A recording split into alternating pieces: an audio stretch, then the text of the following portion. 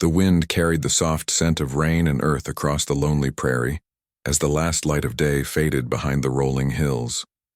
The old wooden house stood alone under the wide open sky, its roof weathered by years of storms and silence. Ethan Cole sat on his porch, hat tipped back, eyes fixed on the horizon. For 6 long years, that same horizon had given him nothing but wind, dust, and memories. But tonight was different.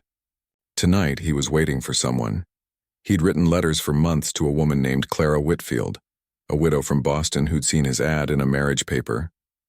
He had told her everything, about his small ranch, his quiet ways, his love for the land, and his wish for a partner to share it with. She'd written back with gentle words, saying she admired a man who worked hard and lived honestly. In each letter, she sounded kind, gentle, and full of warmth. Ethan had imagined her smile so many times that he almost felt like he already knew her. He had spent the whole week preparing for her arrival. He fixed the porch steps, cleaned the barn, even scrubbed the kitchen floor until it shone. He bought a new lamp from the general store in town and placed a small vase of wildflowers on the table. He even wore his best shirt, the one he usually saved for Sunday visits to town. It wasn't fancy, but it was clean and pressed. As the day turned to evening, Ethan's heart beat faster. The stagecoach was due any minute. He could almost hear the wheels crunching over gravel, almost see the dust rising in the distance. He checked his pocket watch again and again, as though time itself would hurry up if he wished hard enough. But when the sun slipped away and the sky turned deep orange, he still saw no sign of it. Only the faint sound of the wind brushing through dry grass and the soft creak of the barn door swaying in the breeze. Then, at last, far away on the road, came the sound he had been waiting for, the rhythmic thump of hooves and the rattle of wooden wheels. Ethan straightened up, brushing his hands on his trousers and trying to calm the nervous excitement twisting in his chest. The stagecoach appeared like a shadow out of the setting sun, dust swirling behind it. Ethan stepped forward, trying to spot her through the small window. The driver pulled the reins, slowing the horses, and called out, "Evening, mister. Got your mail here, but no lady on board." Ethan's heart dropped like a stone. He blinked, confused. "No lady?"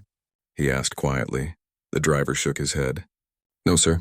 Only a few sacks of mail and a passenger for Silver Creek. Ain't no woman asked for your name?" Ethan forced a small smile, though his throat felt tight. "Thank you anyway," he said. He took the mailbag and watched as the coach rolled away, wheels clattering against the stones until it vanished into the night. He stood there for a long time, the sky darkening around him, listening to the silence that followed. Maybe there had been a delay. Maybe she'd missed the coach or gotten sick. The journey from Boston was long and rough. Anything could have happened. He tried to believe she'd come tomorrow. Still, a quiet ache settled deep in his chest. He carried the mail inside, lit the new lamp, and placed it on the table beside the flowers. The soft yellow glow filled the room, making it look warmer than he felt. He poured himself a cup of coffee and sat by the fire, staring at the flames. They flickered and cracked, their light reflecting in his tired eyes. He thought of Clara again, her neat handwriting, her kind words about the stars and the prairie. He had told her how the night sky stretched wide and endless here, with more stars than a man could count. She had written that she longed to see that sky someday. Ethan leaned back in his chair, feeling the loneliness creep up again. He tried to push it away, telling himself tomorrow would bring better news. But then, as thunder rolled far off in the distance, the air grew heavier. The smell of rain thickened. Suddenly there was a sound, a knock at the door. It wasn't soft or hesitant. It was quick, sharp, and full of urgency. Ethan froze. It was nearly midnight. Nobody came this far out after dark. The nearest ranch was 5 miles away. Another knock followed, harder this time. Ethan rose slowly and reached for his rifle hanging on the wall. He moved quietly to the door and spoke in a firm voice. "Who's there?" No answer. Only the wind whistling through the cracks and the distant rumble of thunder. Then came a voice, strained but strong. "Open up, please. I just need shelter." It was a woman's voice, but it wasn't gentle or calm like he had imagined Clara's. It carried fear, strength, and something darker like a storm behind her words. Ethan hesitated, hand tight on the rifle. "You alone?" he asked. "Yes," the voice said. "But if you don't open this door, I'll break it down myself." That made him blink. Not something he expected to hear from a lady at his door. He slowly unlatched the lock and pulled the door open just enough to see who it was. The lantern light spilled out into the night, and there she stood. She was soaked from the rain, mud clinging to her boots and coat. Her wide-brimmed hat was pulled low, shadowing most of her face. But her eyes, those eyes were sharp, alert, and full of defiance. Her right hand held a revolver, steady and aimed straight at his chest. For a second, neither spoke. The only sound was the rain pattering against the porch roof. "I don't want to hurt you," she said quickly. "I just need a place to stay until morning." Ethan didn't move. His finger rested near the trigger, but he didn't lift the rifle. Something about her voice, something desperate yet honest, made him pause. "You're hurt," he said finally, noticing the dark stain on her sleeve. "It's nothing," she muttered. "Just a scratch. I just need to rest, please." He studied her closely. Her clothes were torn, the right sleeve ripped near the shoulder. Beneath the mud and dirt, he could tell she was young, maybe in her late 20s. There was a strength in her stance, but also a weariness, like someone who'd been running for days. After a moment, Ethan slowly lowered his rifle. "All right," he said in a calm tone. "You can come in. But if you mean harm, I'll make sure you regret it." The woman nodded once, her breath trembling slightly. She stepped inside, dripping rainwater onto the wooden floor. Lightning flashed outside, lighting up her face for just a moment. Ethan saw the exhaustion there, the kind that goes deeper than tiredness. He closed the door and set the rifle aside. "Sit by the fire," he said. "You look half frozen." She hesitated, still gripping the revolver tightly. But when another clap of thunder shook the windows, she finally walked toward the fire. Her boots left muddy prints behind her. Ethan poured another cup of coffee and set it near her on the table. "You can put that gun down now," he said quietly. Her eyes met his, cautious, watchful. "Not yet," she replied. "Not until I know you're not the kind who'd turn me in." Ethan frowned. "Turn you in to who?" She didn't answer right away. Instead, she took a deep breath and glanced toward the window, as if expecting someone to appear out of the darkness. "Men are looking for me," she said at last. "Bad men. And if they find me, I won't live long enough to explain." The wind howled through the chimney, making the fire flicker. Ethan studied her face again, the fear hidden beneath her calm voice. Whatever trouble she carried, it wasn't small. He sat down across from her, his voice steady. "I was expecting a lady tonight," he said quietly. "A mail-order bride. Thought she'd be on that coach. But instead, it seems fate sent me someone else." The woman's eyes softened just a little. "Then maybe your bride got lucky," she said. "Because trouble follows me wherever I go." Ethan gave a faint, tired smile. Maybe trouble just knocked on the wrong door.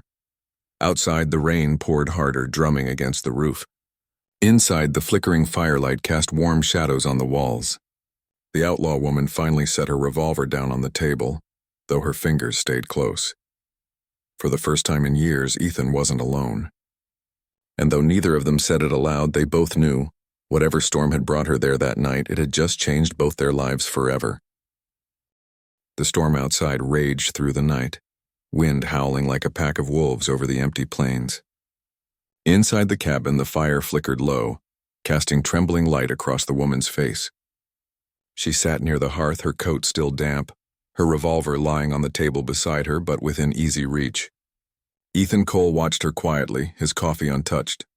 He didn't know her name, where she'd come from, or what kind of trouble had driven her through the rain. All he knew was that she looked exhausted, like someone who hadn't slept in days. After several minutes of silence, Ethan spoke in a calm voice. "You're safe here tonight. No one comes this far unless they're lost." The woman looked at him across the fire. Her eyes were sharp green with a hint of gold. "Safe?" she said softly. "No place is safe for me anymore." Ethan leaned back in his chair, trying to study her expression. "You can start by telling me your name. Seems fair since you've already seen my gun rack and my coffee pot." For a moment she hesitated. Her fingers brushed the edge of the table. Then she said, "My name's Lena Hart. I don't expect you've heard it before, but if you read the right posters in town, you might have." Ethan frowned. "Posters?" Her gaze held steady. "Wanted posters," she said simply. The words hung in the air like smoke. Ethan didn't speak at first. The crackle of the fire filled the space between them. He finally said, "What for?" "Robbery," she replied. "A bank job in Willow Bend 3 weeks ago." "But it's not what it sounds like." Ethan's jaw tightened slightly, but his tone stayed level. Go on. Lena took a deep breath. I wasn't the one holding the gun. I wasn't even supposed to be there. My brother Daniel planned it. He thought it'd be quick, just enough money to buy medicine for Ma. She was dying slow and we didn't have a cent. But things went bad. The sheriff showed up early. Shots were fired. Daniel was killed before I could pull him out. They blamed me for it. Her voice broke for a second, then steadied. I didn't shoot anyone. I just ran. Been running ever since. Ethan looked into the fire, his mind quiet. He'd seen plenty of hard times himself. Folks around here did desperate things when life gave them no mercy. He didn't know if she was telling the whole truth, but he saw something honest in her eyes. Pain that couldn't be faked. He finally said, "You're bleeding again." Lena glanced down. The bandage on her arm had soaked through. She tried to hide it, but he was already on his feet, pulling a small tin box from the cabinet. "Sit still," he said gently. "Ain't much, but I can patch it up." She looked at him suspiciously. "Why help me?" "You don't even know me." Ethan gave a faint shrug. "Because you're here. Because it's raining. Because I was raised better than to let someone bleed on my floor." That almost made her smile, but she bit it back. "You're a strange man, Mr. Cole." He knelt beside her, cleaned the wound carefully, and wrapped it with a fresh strip of cloth. His hands were steady, rough from work but gentle in motion. She watched him silently, her eyes softening for the first time. "Your brother," he said quietly. "He the only family you had?" She nodded. "After Pa died, Daniel took care of me. He wasn't perfect, but he tried. Folks in town called him a dreamer. I guess I was one too once." Ethan finished tying the bandage and stood. "Dreams don't make you a criminal." She looked into the fire, her voice low. "No, but bad choices do."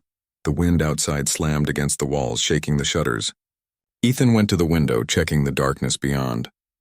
"You said men are looking for you. Lawmen or bounty hunters?" "Both," Lena replied. "The sheriff from Willow Bend wants to make an example of me, and the bounty's high enough that any drifter with a gun might try his luck." Ethan turned back to her. "Then you can't stay here long. Come morning, someone might ride this way." "I know," she said. "I just needed one night out of the rain. I'll be gone by sunrise." He studied her face again, the tired lines around her eyes, the dirt smudged on her cheek. She looked more like a runaway than a thief. He thought about his empty house, the unused second chair by the fire, the quiet that had filled every night for years. "You can leave at sunrise," he said slowly. "But you'll eat something first. I got stew in the pot. It ain't much, but it's hot." Lena's stomach growled softly, and she gave a small nod. "All right," she said, almost whispering. Ethan ladled 2 bowls and sat across from her. They ate in silence for a while. The stew was plain, potatoes, beans, and a bit of salted beef, but after days on the run it tasted like heaven to her. After she finished, Lena set the spoon down and looked up. "You said you were expecting someone tonight." "A woman?" Ethan smiled faintly. "A bride," he admitted. "Mail order.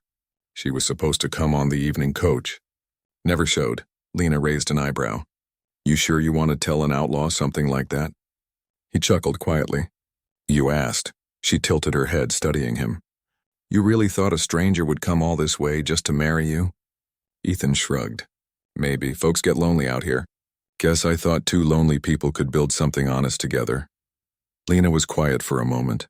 "Honest," she repeated softly as if testing the word. "That's something I haven't heard in a long time." They sat there, the fire crackling between them. For the first time, the air felt less heavy. Outside, the rain began to ease, turning from a roar to a soft drizzle. Ethan stood and added another log to the fire. "You can rest there," he said, nodding toward the small cot near the window. "I'll take the chair." She hesitated, then nodded. "Thank you," she said quietly. He gave a small smile. "Don't thank me yet. Morning'll come too soon."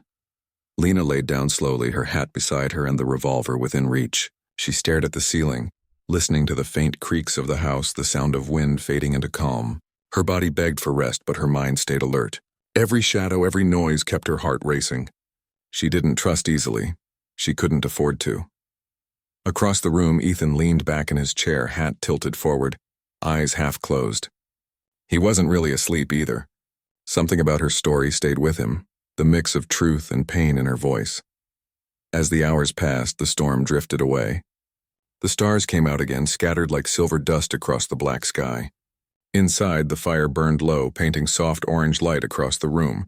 Then just before dawn, the faint sound of hooves echoed through the distance. Lena's eyes shot open. She sat up quickly, hand on her revolver. Ethan lifted his head at once, listening. The sound was real, slow, careful steps of at least 2 horses approaching from the ridge. "They found me," she whispered. Ethan stood, walking quietly to the window. In the early gray light, he could see dark shapes moving along the trail. 2 men on horseback, keeping low, watching the house. He turned back to her. "How far behind were they when you came here?" "Not far," she said, her voice shaking now. "I lost them in the rain, but I knew they'd track me." Ethan grabbed his coat and rifle. "You're in no shape to fight, and you can't ride in the dark. Stay low. You don't have to get involved," she said urgently. "They're after me, not you." He glanced at her, his jaw firm. "You knocked on my door. That makes it my fight, too." For a moment, neither spoke. Then she lowered her head, her voice soft. "You're going to get yourself killed for someone you barely know." "Maybe," he said quietly. "But I don't much like men who chase women through storms." Outside, the horses stopped near the fence line. Ethan could just make out the glint of rifles in the dawn light. Inside, the outlaw woman and the lonely cowboy stood side by side, 2 strangers bound by fate, staring down a danger neither had planned for. The sky began to lighten, the storm clouds breaking apart. And as the first pale glow of morning touched the land, both knew the quiet hours of safety were over. The chase had found them. The morning broke quiet and pale, but the air outside the cabin was thick with danger. Ethan Cole stood by the window, watching the 2 riders who'd stopped at the edge of his land. The faint glow of dawn painted their outlines against the fog, one tall man wearing a dark duster coat, the other shorter but broad-shouldered, his hat pulled low. Both carried rifles. They didn't move closer, not yet. They were waiting. Behind Ethan, Lena Hart sat by the cold fire, her face pale, her eyes sharp with fear and exhaustion. Her revolver lay ready in her lap. "They found me," she whispered again, her voice tight. Ethan turned from the window. "You sure it's them?" She nodded. "The tall one, his name's Cutter. Used to ride with my brother before things went bad. He turned on us when Daniel died. Joined the bounty riders. He's been hunting me ever since." Ethan rubbed his jaw, thinking fast. "So he's not Law. Just a man after the reward." "That's right," Lena said bitterly. "And he won't stop. He'd rather bring me in dead than alive. Easier to collect that way." Ethan checked his rifle, sliding shells into the chamber. "You can stay low. I'll talk to them." Her eyes widened. "You'll what? You don't owe me anything. If they find me here, they'll kill you too." He gave her a calm look. "I don't hide behind doors while men threaten someone under my roof." For a moment, she just stared at him, this quiet, weathered cowboy who'd barely spoken more than a few words since she arrived, now ready to stand between her and death. "You're a fool," she murmured softly. Ethan gave a small smile. "I've been called worse." He stepped outside into the cool morning air. The ground was damp from last night's rain, and mist clung low over the grass. The 2 riders straightened as he approached. "That's far enough," Ethan called, his voice steady and clear. "You're on private land." The tall man, Cutter, smiled thinly. His beard was rough, his eyes cold and gray. "Mornin', cowboy," he said, his tone lazy but sharp underneath.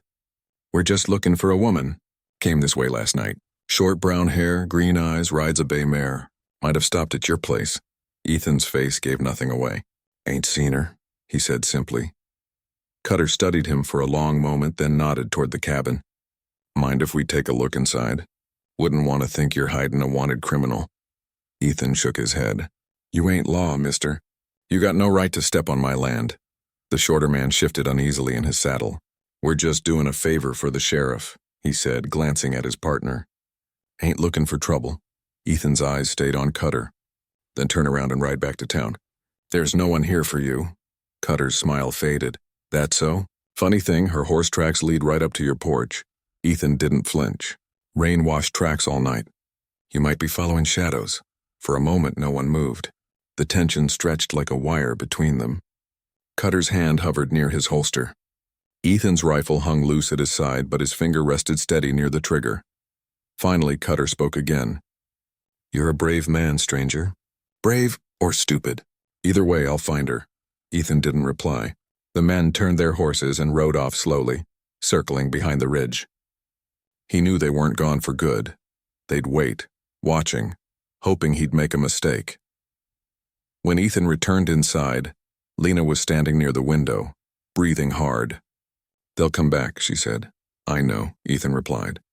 He set the rifle on the table and poured himself a cup of coffee. "They're not the kind to give up easy." Lena rubbed her temples, her voice shaking. "I never meant to bring this trouble to you. You should have told them the truth." He looked at her quietly. "I don't turn people over to killers." Her eyes filled with something she hadn't shown before, gratitude mixed with disbelief. "You don't even know if I'm innocent," she said softly. "I know what I saw," Ethan said. "A woman half-starved and shot at, running for her life." "That's enough." Lena turned away, her throat tight. No one had ever stood up for her before, not like this. She didn't know how to feel. The rest of the morning passed in uneasy silence. Ethan went about his chores like usual, feeding the horses, checking the fences, but his eyes never left the distant hills. Lena stayed inside, cleaning her revolver, her nerves raw. Every creak of wood made her heart jump.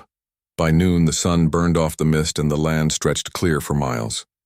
That's when Ethan spotted the dust again. 3 riders this time, heading straight for the ranch. Cutter had brought friends. He came inside fast. "They're coming back," he said. Lena's hand tightened on her gun. "Then I'll ride out the back. Lead them away before they drag you into it." Ethan shook his head. "You won't make it. The ground's open for 10 miles. They'll see you before you reach the ridge." "Then what do we do?" she asked, her voice trembling. He walked to the window and studied the land. "We stand our ground." Her eyes widened. "You can't fight them all." "Maybe not," he said, loading his rifle. "But I can make them think twice." They both moved quickly after that. Ethan took position by the porch, steady and silent. Lena stayed inside, watching through the cracks. The riders drew closer, their horses snorting, boots glinting in the sunlight. Cutter led the way, a cruel grin on his face. "Morning again," he called out, stopping a few yards from the porch. We had ourselves a look around. Funny thing, found a horse tied up by the creek, saddle still wet from the rain. Care to explain that? Ethan's face was calm. "Not mine," Cutter smirked. "Sure it ain't. Tell you what, Cowboy. We come inside, take a look around. If the lady ain't here, we'll leave you in peace." Ethan's voice hardened. "Ain't happening." Cutter's smile vanished. "You protecting her, old man? You know who she is? She's a thief, a liar. Got my partner killed in that bank job." "That ain't what she told me," Ethan said quietly. Cutter's hand twitched near his holster. "You calling me a liar?" Ethan didn't blink. "I'm saying I don't take a stranger's word over a wounded woman's." The air went still. Even the horses stopped moving. Then Cutter's grin returned, cold and dangerous. "Have it your way." He raised his hand and his men began to spread out, one to the left, one to the right. Ethan lifted his rifle slowly, not threatening, but ready. Inside, Lena's heart pounded. She could see the men circling the house. Her breath came fast, fear twisting in her chest. She grabbed her revolver and moved toward the window. One of the riders on the side raised his gun and fired. The shot shattered the air, splintering the wood above Ethan's head. He ducked, returning fire. His rifle cracked once and the man's hat flew off as he dove for cover. Lena crouched near the window and fired once toward the other side. The bullet hit the dirt near the rider's boots, sending him scrambling behind a trough. Cutter yelled, "You're making a mistake, Cole. She ain't worth dying for." Ethan reloaded calmly. "I'll decide what's worth dying for," he said. The next few minutes were chaos. Gunfire echoing across the open land, dust flying from every missed shot. Lena felt her arm shaking but forced herself to stay steady. She hadn't meant to bring war to this man's doorstep, yet here they were, fighting side by side like they'd known each other for years. Finally, Cutter's voice rang out again, angry and strained. "We'll be back, Cole. You can't hide her forever." The riders pulled back, disappearing over the ridge in a cloud of dust. When the silence finally returned, Lena sank to the floor, breathing hard. Ethan walked back inside, his shirt damp with sweat but calm as ever. He leaned his rifle against the wall. "You all right?" he asked quietly. She nodded weakly. "I didn't mean for this to happen." "I know," he said. "But it did. And now we've got a problem bigger than your past." She looked up at him, confused. "What do you mean?" Ethan poured water into a tin cup and handed it to her. "Those men won't stop. They'll ride to town, tell everyone you're here. Sheriff will come next. When he does, there'll be no talking our way out. Lena gripped the cup with trembling hands. So what do we do now? Ethan looked toward the horizon where the dust was still fading. Now, he said slowly, we find a way to make them believe you're dead. Lena stared at him, startled. Dead, he met her eyes. It's the only way to buy you time. You'll ride out tonight. Head west through the canyon trail. I'll handle what's left behind. She shook her head, her voice breaking. You'd risk your life to save mine? Ethan gave a faint, tired smile. You knocked on my door, Lena. That means something around here. The wind moved softly through the broken window, carrying the scent of smoke and gunpowder. Outside, the land stretched wide and empty again, as if nothing had happened. But inside that small cabin, 2 lives had already changed course, and neither could turn back now. The cabin was quiet again, but the silence was heavy. The gunfight had ended hours ago, yet the echo of the shot still lingered in Ethan's ears. He sat near the table, wiping the dust from his rifle. Across the room, Lena sat with her head bowed, her hands trembling slightly as she stared at the floor. Her face looked pale in the dim light, and her hair clung to her forehead. Neither of them spoke for a long time. The only sound was the crackle of the fire and the wind brushing softly against the walls. Outside, the sky was turning gold as the sun began to set behind the hills. Finally, Ethan broke the silence. You should eat something, he said, his voice low and steady. I can't, Lena whispered. Not after what happened. He stood and walked toward her. You have to keep your strength. Those men will come back, and if you're weak, you won't make it far. She looked up at him, her green eyes filled with worry. You said we'll make them believe I'm dead. But how? Ethan set his rifle down and leaned against the wall, thinking. Tomorrow I'll ride into town. I'll tell them Cutter and his men attacked. I'll say you were hit and didn't make it. I'll bury something near the ridge, make it look real. Once they believe you're gone, they'll stop hunting. Lena shook her head slowly. You're risking everything for me. They'll think you helped me escape. He met her eyes. Maybe, but I can live with that. For a moment she couldn't speak. She just watched him quietly, studying the calm strength in his face. There was no fear in his eyes, only quiet resolve. As the sun dipped lower, Ethan prepared a small meal of bread and beans. They ate in silence, each lost in thought. Afterward, he went outside to check the horses. The air was cool and still, carrying the faint scent of pine from the woods nearby. The land stretched wide and endless, golden light spilling across the fields. It was beautiful and dangerous. When he came back inside, Lena was standing near the window, staring out at the horizon. You ever think about leaving this place? She asked quietly. Ethan smiled faintly. Once, years ago. Thought about heading east, maybe finding work near the river towns. But this land, it's the only thing that's mine. I built this place with my own hands. Every board, every fence post. It's home, even if it's a lonely one. Lena turned toward him, her eyes soft. You don't seem like a lonely man. He gave a small laugh. That's because you've only known me 2 days. For the first time she smiled, a small, tired smile, but real. It was the first bit of light he'd seen in her since she arrived. That night they both stayed awake. Ethan sat near the door with his rifle close, while Lena rested near the fire. The wind outside was gentle now, whispering through the grass. From time to time she looked at him, her thoughts full of questions she couldn't ask. She didn't understand why a stranger would risk his life for her. All her life people had taken, used, and walked away. But this man, this quiet cowboy, was different. When dawn finally came, Ethan saddled his horse. He packed a small bag, took an old blanket, and rolled it up tight. I'll be back before sundown, he said. Stay inside.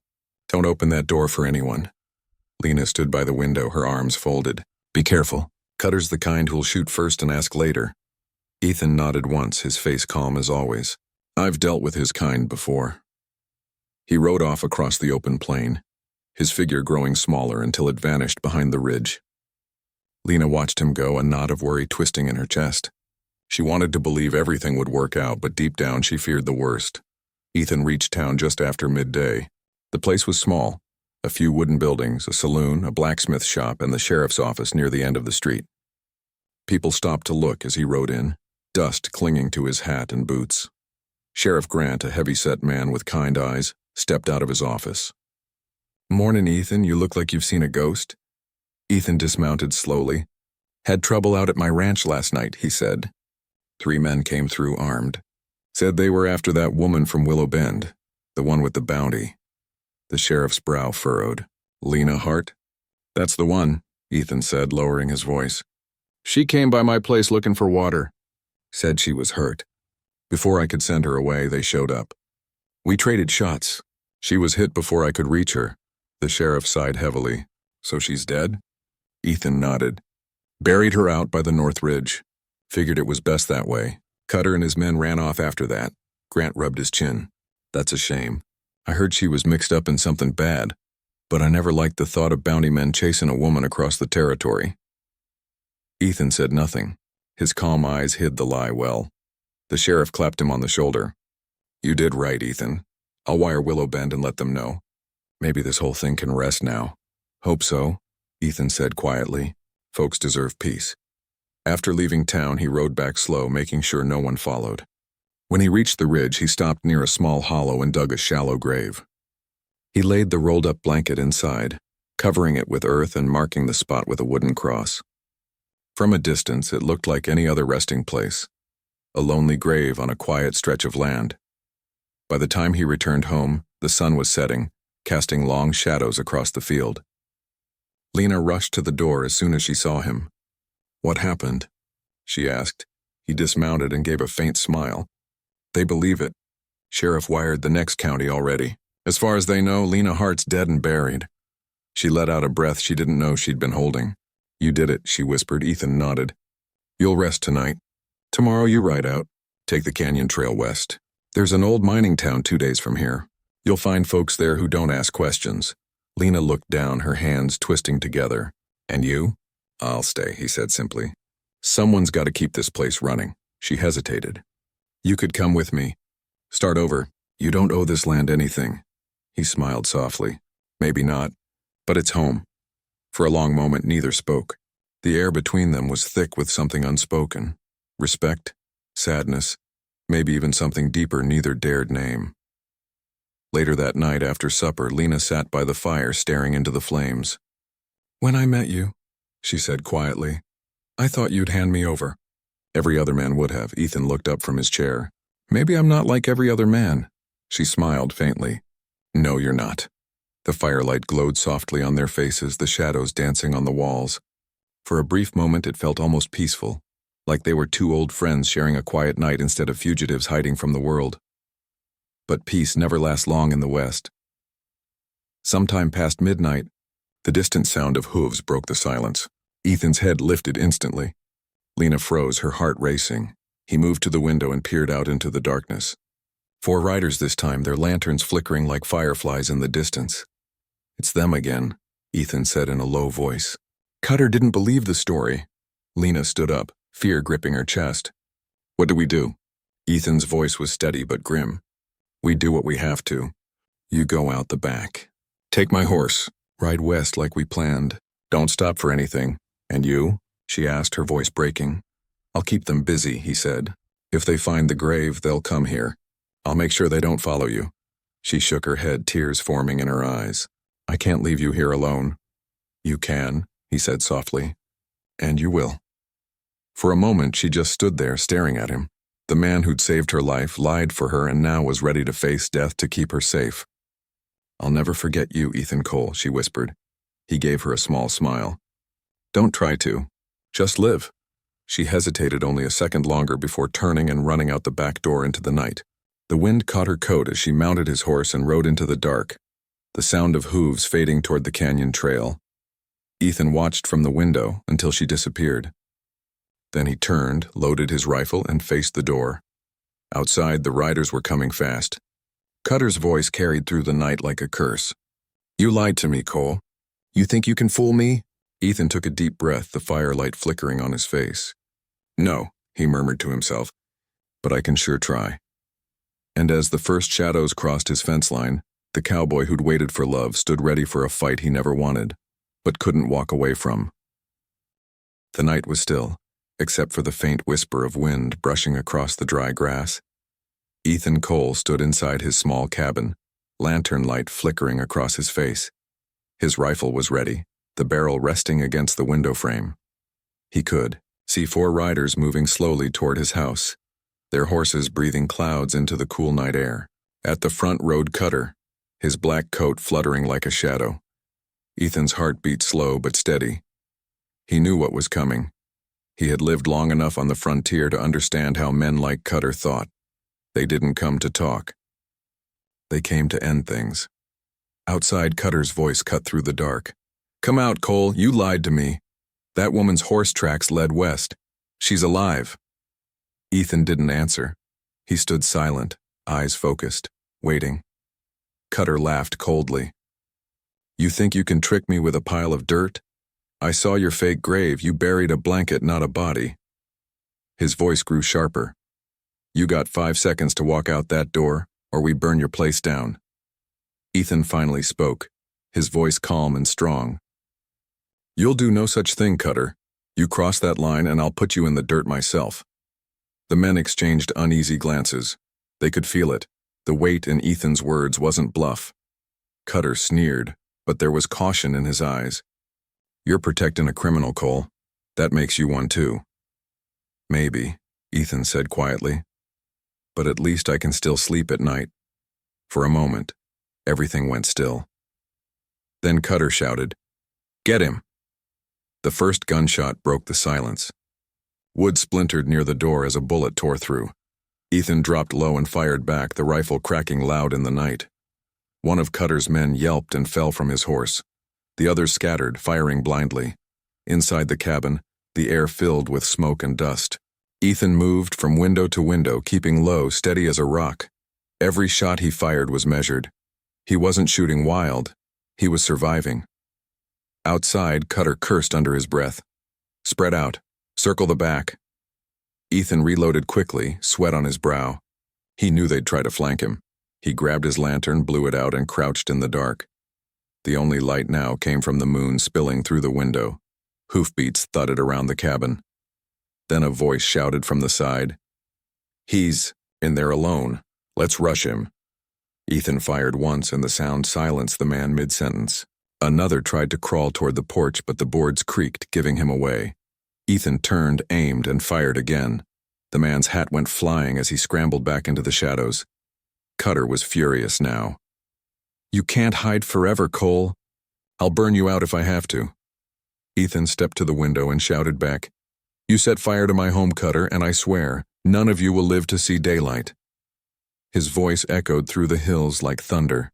Even the wind seemed to pause. Minutes passed. The shooting slowed. The men hesitated, whispering among themselves. Cutter's rage boiled.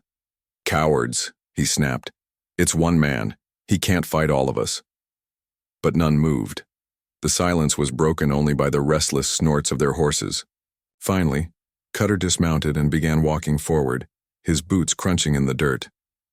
"All right, Cole," he called out, his voice lower now. "You want to end this? Let's finish it man to man. No tricks. You step out that door, and we settle it right here." Ethan didn't move for a long time. Then he lifted his hat, placed it on his head, and walked slowly to the door. He opened it with one hand, his rifle still in the other. The night air hit his face, cool and dry. He stepped out onto the porch. The moonlight caught his figure, calm, tall, shoulders squared. Cutter stood about 30 paces away, revolver in hand, his eyes gleaming. "You sure about this?" Ethan asked. "You walk away now, and no one else gets hurt." Cutter smirked. "You ain't in charge, Cole. I came for her. You helped her run. You die for that." Ethan gave a slow nod. "Then you best make your shot count." The two men stared at each other. The world seemed to stop. No wind, no sound. Just the quiet hum of tension between them. Then, like lightning, Cutter moved first. The flash of his gun lit the night, but Ethan was faster. His rifle roared once. Cutter staggered back, clutching his shoulder, his gun falling to the dirt. He dropped to one knee, gasping in pain, the shock plain on his face. You shot me." Ethan stepped forward, keeping the rifle steady. "You brought this on yourself, Cutter. Go back to town. Tell him Lena Hart's gone, and don't ever come near this place again." Cutter looked up at him, eyes burning with hate. She'll never be free. The world don't forget people like her. Ethan's voice hardened. Then maybe the world needs better people. He stepped back as Cutter struggled to his feet, one hand pressed to his bleeding shoulder. Without another word, Cutter turned and stumbled toward his horse. His men, silent and pale, helped him into the saddle. None dared to look Ethan in the eye. Within minutes they were gone, vanishing into the dark like ghosts. The quiet returned. Ethan lowered his rifle and let out a slow breath. His arms trembled with exhaustion. He sank down on the porch steps, staring at the horizon. The stars shimmered above, cold and clear. He sat there for a long time, listening to the faint sound of the wind. Somewhere far off, a wolf howled. Ethan closed his eyes. He was alive, but tired to his bones. When morning came, the light fell soft across the land. The cabin was scarred, windows cracked, holes in the walls. But it was still standing. Ethan stepped outside, the golden sun warming his face.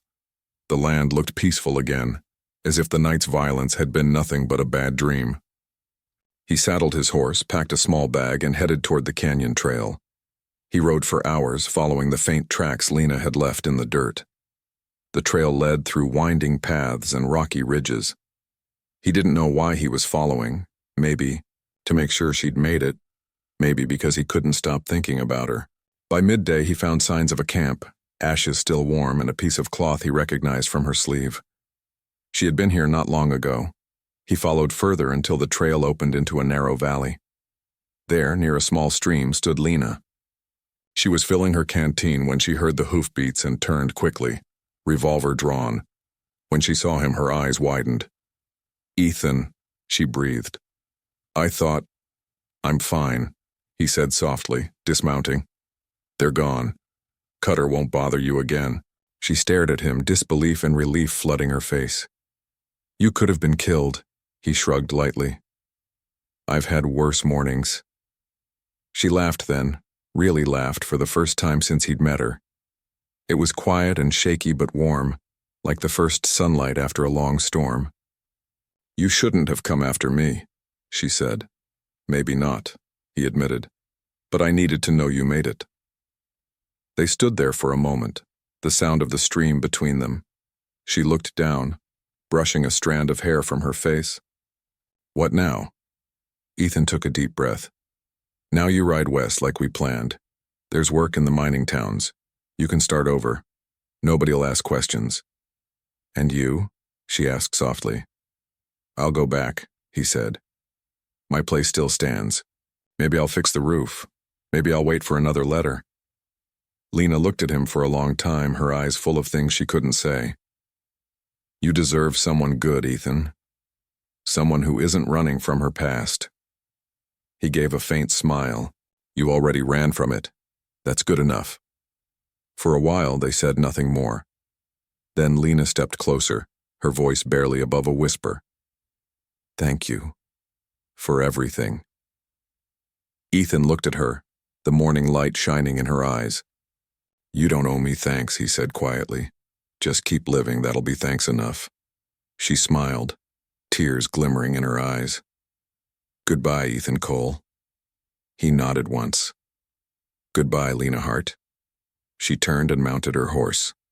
For a moment she looked back, just once before riding away down the narrow path. Ethan watched until she disappeared into the horizon. He stood there a long time, the sound of the wind and the stream all around him. Then he turned his horse toward home. When he reached the cabin that evening, the sky was painted red and gold. The place was quiet, the land peaceful again. He took off his hat and stood on the porch, looking out across the endless plain. He had waited for a mail-order bride. Instead, an outlaw woman had come to his door. And somehow she had changed his life more than any letter ever could. He smiled faintly to himself. Somewhere out there she was free, and that, he thought, was worth every risk he had taken. As the sun dipped below the horizon, Ethan Cole walked back inside his cabin. The fire crackled gently. The chair creaked as he sat down. Outside, the world grew still once more. just a cowboy, his quiet land, and the memory of a woman who had knocked on his door one stormy night and left behind more than trouble. She had left him hope.